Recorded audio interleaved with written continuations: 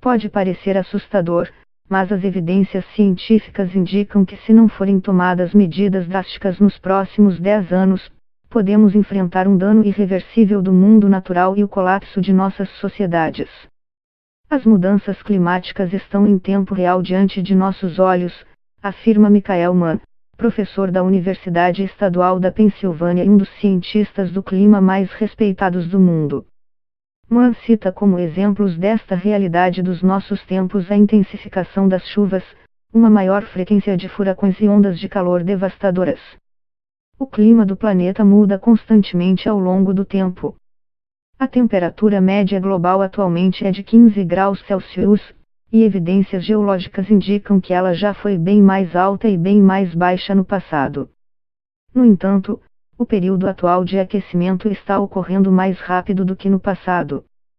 Cientistas temem que as flutuações naturais no clima tenham sido superadas por um aquecimento rápido induzido pelo homem com sérias implicações para a estabilidade climática do planeta.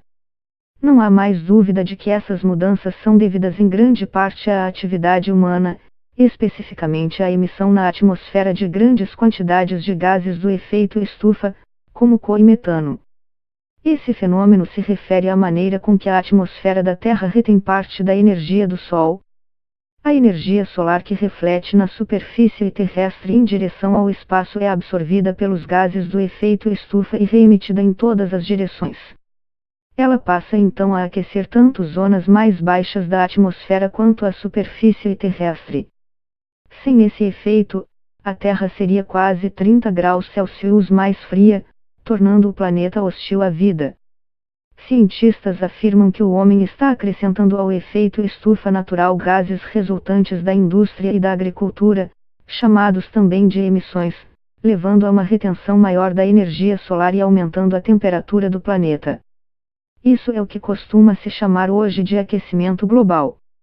O mais importante dos gases do efeito estufa, em termos de impacto no aquecimento, é o vapor d'água, mas suas concentrações apresentam mudanças pequenas que persistem na atmosfera apenas por alguns dias. O gás carbônico, CO, no entanto, persiste por muito mais tempo, levaria séculos para retornarmos aos níveis pré-industriais. Além disso, apenas uma parte do CO pode ser absorvido por reservatórios naturais como os oceanos. A maioria das emissões humanas de gás carbônico são oriundas da queima de combustíveis fósseis. Quando florestas capazes de absorver CO são derrubadas por madeireiras ou queimadas para serem transformadas em pasto, o carbono aprisionado ali também volta à atmosfera, contribuindo para o aquecimento global. Outros gases do efeito estufa, como o metano, também são emitidos em atividades humanas, mas a concentração deles é pequena em comparação à do dióxido de carbono. Desde o início da Revolução Industrial, em torno de 1750, os níveis de CO aumentaram mais de 30% e os de metano, mais de 140%. A concentração de dióxido de carbono na atmosfera é hoje a mais alta em 800 mil anos, pelo menos.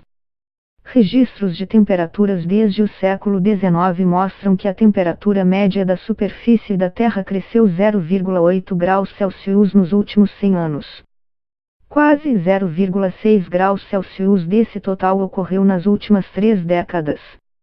Ao redor do planeta, o nível médio do mar cresceu 3,6 milímetros por ano entre 2005 e 2015. A maior parte dessa mudança ocorre em razão da expansão térmica da água do mar. Com o aumento da temperatura dela, as moléculas se tornam menos densas, levando ao aumento do volume do oceano. Mas a redução da massa de gelo nos polos tem sido considerada o principal fator nessa tendência. A maioria das geleiras em regiões temperadas do mundo e ao longo da península da Antártida está diminuindo. Desde 1979, imagens de satélite mostram um declínio dramático na extensão de gelo no Ártico, a uma velocidade de 4% por década. Em 2012, essa faixa atingiu seu patamar mais baixo, que é 50% menor que a média entre 1979 e 2000. A camada de gelo na Groenlândia tem passado por um derretimento recorde nos últimos anos. Se todo esse gelo derreter, elevaria os níveis do mar em 6 metros. Dados de satélite mostram que a camada de gelo oeste da Antártida também está perdendo massa, e um estudo recente indicou que o lado leste da região, que não tem apresentado qualquer tendência de aquecimento ou resfriamento, pode ter começado a perder massa nos últimos anos. Mas cientistas não esperam mudanças drásticas. Em alguns lugares, a massa pode inclusive crescer, já que o aumento da temperatura pode levar à produção de mais neve. Os efeitos das mudanças climáticas também podem ser vistos na vegetação e nos pastos. Eles incluem mudanças nos ciclos de vida das plantas, como uma floração antecipada, e alterações nos territórios ocupados por animais. Em uma ampla análise científica de 2013, o Painel Intergovernamental sobre Mudanças Climáticas, IPCC, na sigla em inglês, previu uma série de cenários baseados na modelagem computacional. A maioria das simulações indica que a temperatura na superfície terrestre deve subir 1,5 graus Celsius até o fim do século XXI, em relação a 1850. A Organização Meteorológica Mundial afirma que, caso a atual tendência de aquecimento se mantenha, as temperaturas podem subir de 3 graus Celsius a 5 graus Celsius até o fim do século. Um patamar de 2 graus Celsius tem sido considerado, há muito tempo, como a porta de entrada para um cenário mais perigoso. Recentemente, cientistas e formuladores de políticas públicas reviram a cifra e afirmaram que o aumento da temperatura não deveria passar de 1,5 graus Celsius. Ainda assim, um relatório do IPCC publicado em 2018 mostra que mesmo a meta de 1,5 graus Celsius exigiria mudanças rápidas, amplas e sem precedentes em todos os aspectos da sociedade. Mesmo com a redução drástica das emissões de gases que agravam o efeito estufa, cientistas afirmam que levaria décadas para retirá-los da atmosfera e por isso o impacto no clima continuaria por anos sobre grandes volumes de água e gelo. Há vários graus de incerteza sobre o tamanho do impacto do aquecimento global. Mas as mudanças decorrentes dele podem levar à escassez de água doce, a uma transformação radical da capacidade global de produzir alimentos, além do aumento de mortes por inundações, tempestades, ondas de calor e seca. Isso ocorreria porque estima-se que as mudanças climáticas devem aumentar a frequência de eventos climáticos extremos, ainda que seja muito difícil associar qualquer evento isolado ao aquecimento do planeta como um todo. Cientistas preveem mais chuvas em geral, mas apontam um risco maior de seca em regiões afastadas do litoral. Tempestades e aumento do nível do mar devem levar também a mais inundações. Haveria, no entanto, alta variação desses fenômenos ao longo das regiões. Há previsões também de extinção de animais e plantas incapazes de se adaptar à mudança rápida do habitat, e a Organização Mundial da Saúde, OMS, alerta que a saúde de milhões de pessoas pode ser ameaçada pelo avanço da malária, de doenças transmitidas pela água e da desnutrição. Com o aumento do coemitido na atmosfera, há um avanço da captura desse gás pelos oceanos, o que torna a água mais ácida. Esse processo contínuo pode representar grandes problemas para os recifes de coral do mundo, pois as mudanças na química impedem que os corais formem um esqueleto calcificado, essencial para sua sobrevivência. Esses cenários variam em torno da sensibilidade climática, a exemplo do peso de cada elemento, como no aquecimento ou no resfriamento. E mostram diferenças no modo com que esses feedbacks climáticos podem ocorrer. O aquecimento global causará algumas mudanças que provavelmente levarão a mais aquecimento, como a liberação de grandes quantidades de metano dos gases de efeito estufa à medida que derrete o permafrost, solo permanentemente congelado encontrado principalmente no Ártico. Isso é conhecido como feedback positivo sobre o clima. Mas feedbacks negativos podem compensar o aquecimento. Vários reservatórios na Terra absorvem como parte do ciclo do carbono, o processo pelo qual o carbono é trocado entre, por exemplo, os oceanos e a Terra. Os países que emitem mais gases de efeito estufa são, de longe, a China e os EUA. Juntos, eles são responsáveis por mais de 40% do total global de emissões, De acordo com dados de 2017 do Centro Comum de Pesquisa da Comissão Europeia e da Agência Holandesa de Avaliação Ambiental, PBL. Segundo a análise, as 20 empresas produtoras de petróleo, gás natural e carvão foram responsáveis por 480,16 bilhões de toneladas de dióxido de carbono e metano liberados na atmosfera nesse período. Esse cálculo é baseado na produção anual de petróleo, gás natural e carvão relatada pelas empresas, e leva em conta as emissões desde a extração até o uso final do combustível. A Petrobras disse, por meio de sua assessoria de imprensa, que tem buscado aplicar em suas operações tecnologias que têm como consequência direta a redução da intensidade de carbono, com resultados significativos já alcançados. Segundo o comunicado da empresa, desde 2008, já foram reinjetadas 9,8 milhões de toneladas de CO2 dos campos de pré-sal na Bacia de Santos, e até 2025, a companhia projeta reinjetar cerca de 40 milhões de toneladas de CO. No processo de reinjeção, o CO é separado do petróleo e do gás extraído do poço e reinjetado de volta, aumentando também a pressão interna, o que acaba por induzir uma produção maior. No último século, as mudanças climáticas aumentaram a desigualdade entre as nações, puxando para baixo o crescimento econômico dos países mais pobres e aumentando a prosperidade de alguns dos países mais ricos do planeta, aponta um estudo da Universidade Stanford, na Califórnia.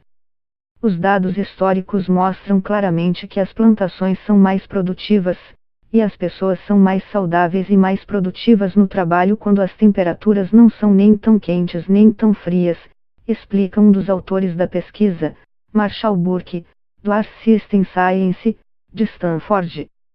De acordo com a pesquisa, entre 1961 e 2010, todos os 18 países com emissões históricas que totalizam menos de 10 toneladas de dióxido de carbono per capita foram impactados negativamente pelo aquecimento global. Eles tiveram, em média, uma redução de 27% no PIB per capita comparado a um cenário sem alta nas temperaturas.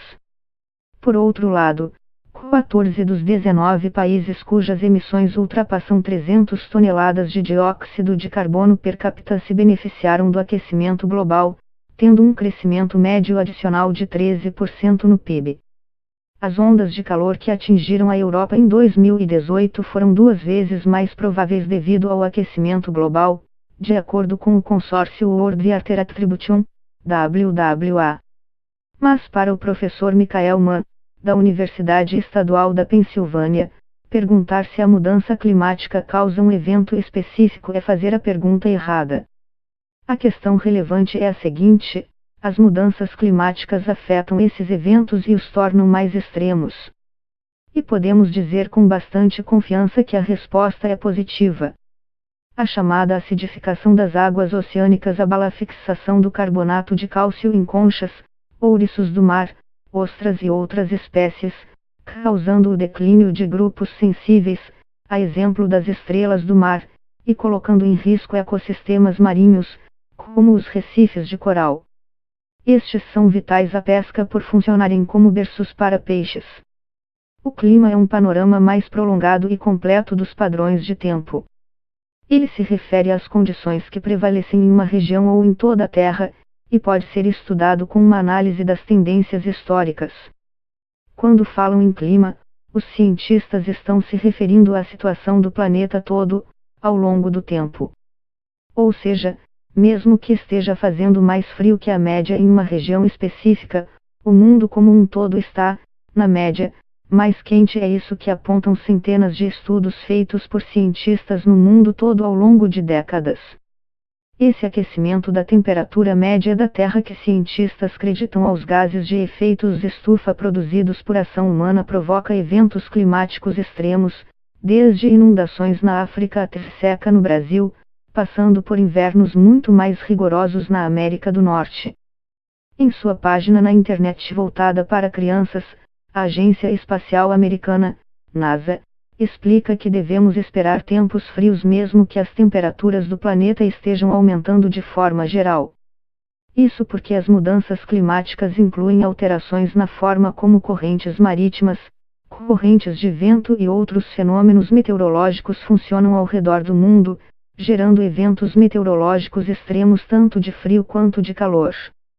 Trata-se da quantidade de carbono emitida por um indivíduo ou uma organização por um período determinado, ou emitida durante o processo de fabricação de um produto.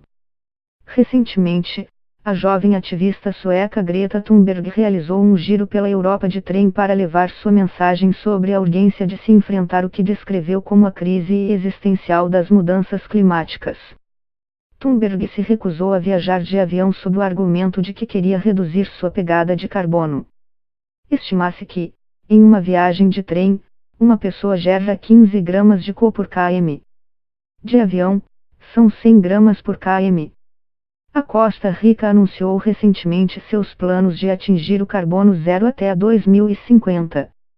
Isso não significa, no entanto, que o país não emitirá gases do efeito estufa. Quando se fala de emissões líquidas equivalentes a zero, isso significa que o CO lançado na atmosfera deve ser compensado pela absorção do carbono por outros métodos, como o plantio de florestas. A geoengenharia é a área da tecnologia que poderia ser usada para deter ou mesmo reverter o aquecimento global. Entre os mecanismos estão, por exemplo, a captura do CO da atmosfera e seu armazenamento de forma subterrânea. Um dos exemplos mais fortes de retroalimentação positiva é a chamada amplificação ártica, que explica por que as temperaturas têm, em média, aumentado mais no Ártico do que no resto do planeta. Tendo em vista esses mecanismos de retroalimentação, há o que se chama de pontos sem retorno, ou seja, as mudanças climáticas ultrapassam o nível limítrofe em que será muito mais difícil detê-las ou revertê-las. Em outras palavras, o processo se agravaria por sua própria dinâmica interna, independente das ações que possam ser tomadas para reduzir a emissão de gases do efeito estufa.